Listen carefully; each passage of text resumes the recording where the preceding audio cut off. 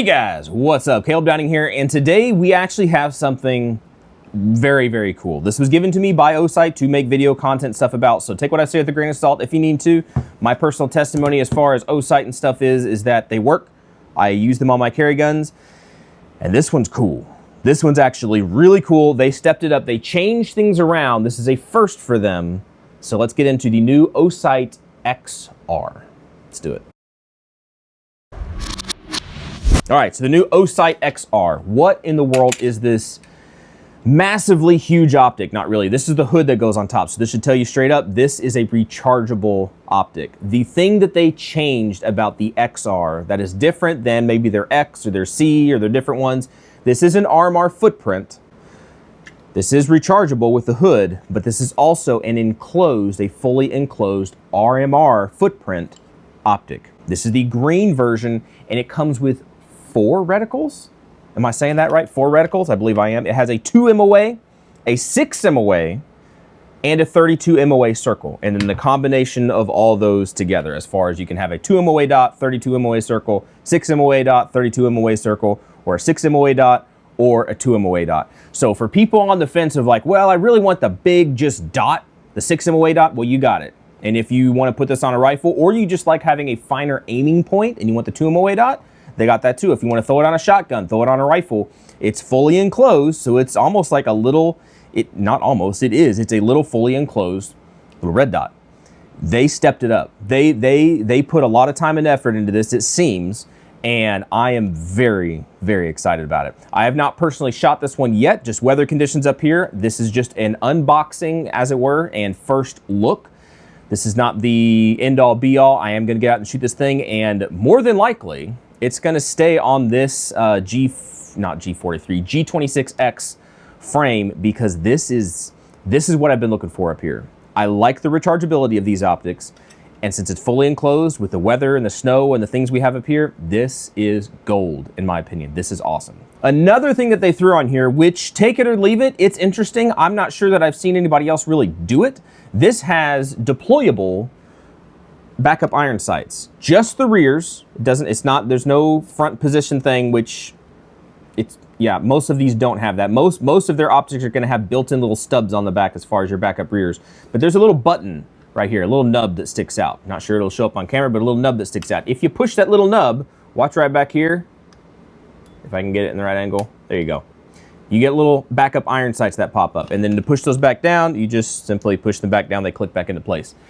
If you need them, they're there. If you don't need them, you can put them away nicely. It's an interesting feature. I'm not sure exactly what prompted them to go about doing that, but it is interesting. It's very interesting. Like we said earlier, this is an RMR footprint, so this should fit, generally speaking, all your regular RMR footprint optics. The front up here, where the hood protrudes over a little bit, there's enough clearance there where this should fit most, any, or all RMR footprint cutouts. I don't know any that are deep enough, really, to have that interfere with anything, and it does not protrude out a whole lot, like I'm trying not to say the brand or the name of the other optic, but there's some other optics out there that have the hood protrude further out, which can cause some reliability issues with ejection and things like that if they protrude too much out over the ejection port. This guy only protrudes, I'm not even gonna try to give, I don't know if it's a 1/4 of an inch, whatever. It's not a whole lot, but it is a little bit. Protrudes a little bit over the RMR footprint cutout.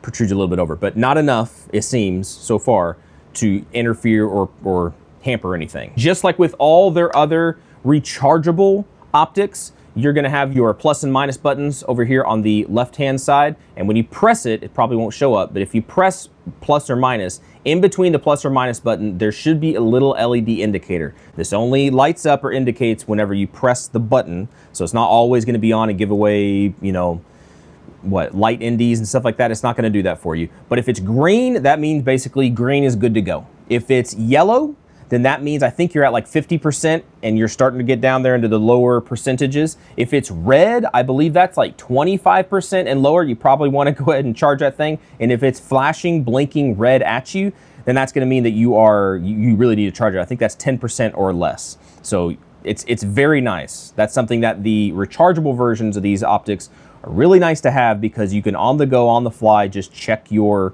your battery level, not a complete percentage-wise, but you can check your battery level and know, like, yeah, I'm going to be good for a couple days, or no, I'm going to be good for a month.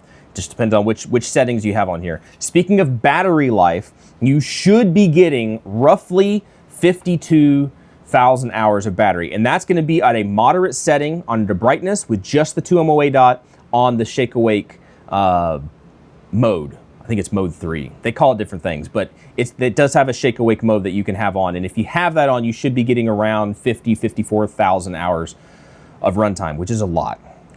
And really, that's a huge number. And to be quite honest with you, if once a month you take your little recharging hood, you plop it on top, it's gonna light up for you and tell you the battery level of your Optic right now, whenever they have the charging hood on, and it's gonna go ahead and charge up your Optic. And it doesn't take very long, maybe an hour or so. It doesn't take long to charge up your Optic. It really doesn't. So if you do this once a month, just plop that hood on, you're gonna be fine. It is just going to continue to run. And I've had these rechargeable Osights pretty much ever since they came out, and I've never had one where the battery doesn't charge anymore or some major malfunction happens to where it's obsolete, because that could be an issue that some people could perceive, is that if the battery cell itself dies, then there's no changing it. You got to change out the whole Optic. Thankfully, the Optics are not so exorbitantly priced that, you know, you're out a whole big huge ton of money if that happened.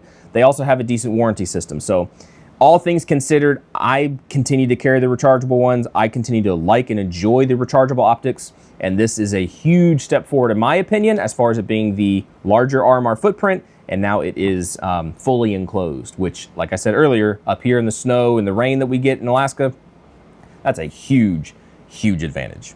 All right, inside the box, this is the same stuff, even though the hood and all that stuff is a little bit different. Inside the box, you're gonna get the same accoutrements. Is that the right word? I shouldn't try to speak Japanese. But the little, the mounting screws, these are all the same that they come on all their different Optics. You get 4 different kinds, 6x32, 4x40, 6x40, and M3. You're gonna get 6 screws in each of those sizes, 3 long, 3 short. With those, you should be able to find the proper length and size to match your slide.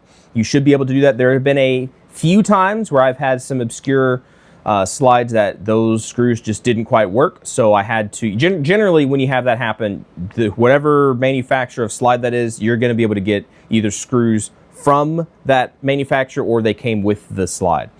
But generally speaking, I've never just completely been out and not been able to mount the Optic because I have screws sitting around. So generally speaking, you should be good to go. You're also going to get in here somewhere, well, I took it out because technically this is not the unboxing. I unboxed this and mounted this, but you are gonna get another little sleeve in there that gives you your torque settings, which is very nice. Again, it's attention to detail. Not everybody even includes those things, but it gives you a little manual as far as which screws you use. You need that torque setting. And they don't give you a torque bar as far as like actually getting the foot pounds or inch pounds. You're gonna be going foot pounds, you're gonna bust the heads off the screws, but inch pounds, you're gonna need those. And for me, I use fix-it sticks. Those have been fantastic ways to just mount stuff up properly. I would highly advise investing in some fix-it sticks and make sure you use some Loctite and use proper torque. If you over torque your screws, I've had this happen before. I don't know if it was with Osight mounting hardware or somebody else's mounting hardware, but I have busted off the heads of screws by over tightening. So do not over tighten your screws. 15, 17 inch pounds is not as much as you probably think it is. Be careful with it. Don't over torque stuff and bust heads off screws. That'd be a bad day for you. Don't do that, right? Get some fix-it sticks. That's gonna fix that. That'll fix it.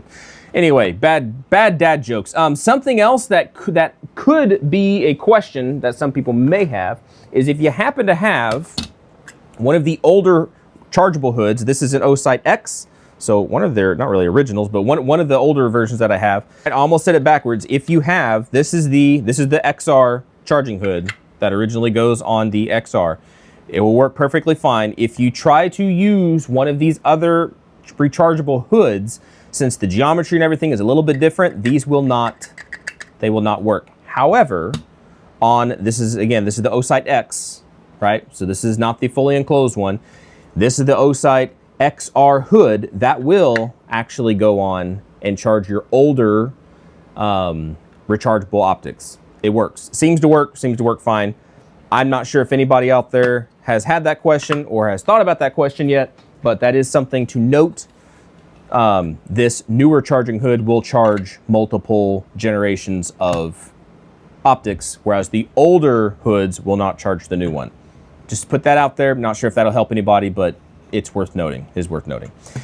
So anyway, guys, that's my first impressions, first look. I haven't shot this thing yet. This is more of an unboxing, general impressions, spec stuff. I'll throw it up there on the screen for you guys if you want to see it.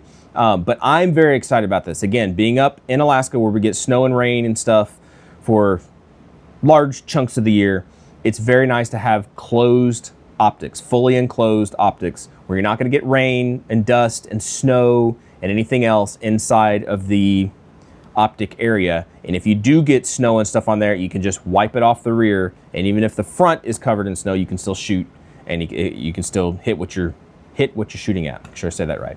Anyway, let me know what you guys think. If you can't tell, I'm excited about it. Next video on this should be actually getting out and shooting it. Hopefully that will happen here before too long. I would love to hear back from you guys though. Have you seen the new XR optics? What are your opinions on these things? Are you still on the fence about Osight in general?